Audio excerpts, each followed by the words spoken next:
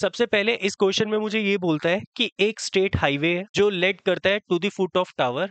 ये टावर है। A man standing at the top of the tower, और वो किसको देख रहा है? वहां से कार को देख रहा है। और जब वो कार को देख रहा है तो एंगल ऑफ डिप्रेशन फॉर्म कर रहा है, और सबसे पहले एंगल ऑफ डिप्रेशन कितना बन रहा है? 30 डिग्री। सपोज यहाँ पर वो कार थी, टॉप से वो देख रहा था, तो एंगल ऑफ डिप्रेशन 30। अगर ये 30 है तो ये वाला एंगल भी कितना होगा? 30। Reason alternate interior angle. ठीक है, उसके बाद वो कार जो है वो यूनिफॉर्म स्पीड से चल रही है। 6 सेकंड के बाद उसका एंगल ऑफ डिप्रेशन 60 डिग्री हो जाता है। तो 6 सेकंड के बाद उसका एंगल ऑफ डिप्रेशन कितना हो जाता है? 60 डिग्री। और अगर ये 60 है तो ये भी कितना होगा?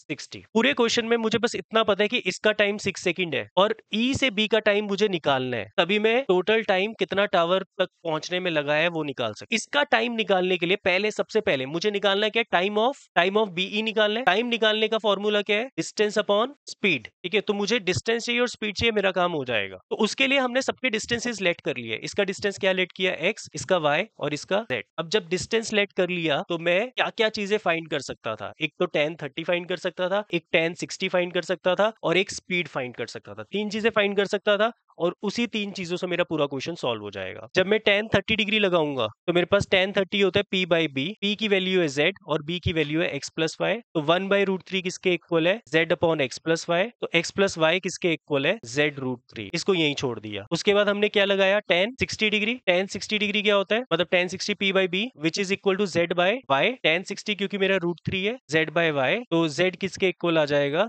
y√3 के। तो यहाँ पर हम z की वैल्यू को सब्स्टिट्यूट कर देते हैं, तो हमारे पास x और y में एक रिलेशन आ जाता। x plus y is equal to y√3 into √3। तो x plus y is equal to 3y। तो यहाँ से x की वैल्यू कितनी निकल जाएगी? 2y। इसको यही छोड़कर अब स्पीड पर आ गए, तो स्पीड ऑफ सीई कितनी होगी? Distance by time. Distance x है, टाइम 6 सेकंड लगे थे, तो स्पीड ऑफ बीई भी कितनी होगी? Same x/6। क्यों? क्योंकि स्पीड कैसी है? यूनिफॉर्म है। तो इसका मतलब टाइम ऑफ बीई क्या होगा? Distance by speed. तो बताओ डिस्टेंस कितना है बीई का? y, और स्पीड कितनी है? x/6। इसको ऊपर ले जाएंगे तो 6y/x, और x की वैल्यू को क्या सब्स्टिट्यूट कर देंगे? 6y/2y। 2 से कैंसिल, आंसर कितना आ गया? 3 सेकंड। तो टोटल टाइम कितना लगा? 6 + 3 = 9 सेकंड। समझ आया क्वेश्चन?